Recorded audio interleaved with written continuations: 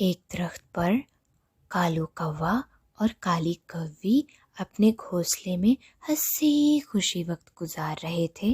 काली कौवी बहुत चालाक होती है।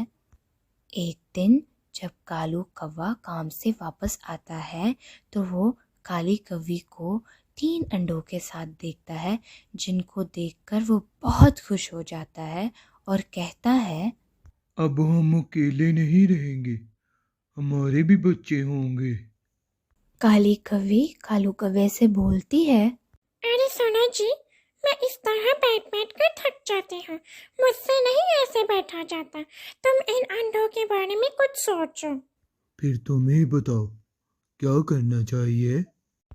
अच्छा, अब ये भी मैं बताऊं?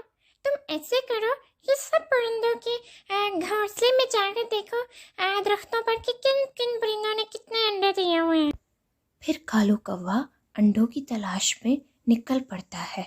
इधर उधर ढूंढने पर उसको एक दरख्त पर एक घोंसले में 3 अंडे नजर आते हैं, जिनको देखकर वो फौरन से वापस अपने घोंसले में जाता है। काली कौवी को सारी बात बताता है और काली कौवी बोलती है, अब मौका पाकर हमने अपने अंडों को उनके घोंसले में रखना है। जब परिंदे अपने घोंसले में ना होंगे तो हम चुपके से जाकर अपने अंडे वहां रखेंगे और उनके वहां से उठा लेंगे। और दूसरी तरफ दोनों ही परिंदे बहुत ही खुश थे अपने अंडों को लेकर। हमारे अंडों में से बच्चे निकलेंगे। अरे सुनो जी, हमें ज़रा मेहनत ज़्यादा करनी होगी क्योंकि हमारे बच्चे भी आने वाले हैं। दिन गुजरते गए और जब अंडों में से बच्चे निकले तो परिंदे देखकर बहुत हैरान हो गए। और दूसरी तरफ से ही कालू कौवा और काली कौवी उनके पास आते हैं और कहते हैं, अरे ये क्या, तुम्हारे बच्चे इतने काले क्यों हैं? बस करो, मुझे सब पता है कि ये तुम्हारी चाल थी। बोलो, सच कह रही हूँ ना मैं ये? काली कौवी बोलती है, मुझे माफ कर दो, ये सब मेरा कसूर है। तुमने तो माफ़ी मांग ली, मेरे बच्चे तुम ले जाओगी।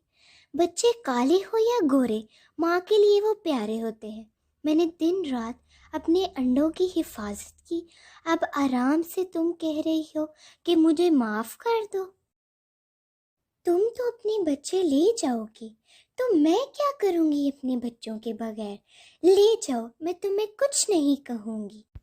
इतना सुनना था कि काली कौवी सोच में पड़ जाती है और बोलती है, नहीं, ये तुम्हारे बच्चे हैं। आज मुझे एहसास हो गया है कि माँ की क्या कदर होती है और एक माँ के क्या एहसासात होते हैं।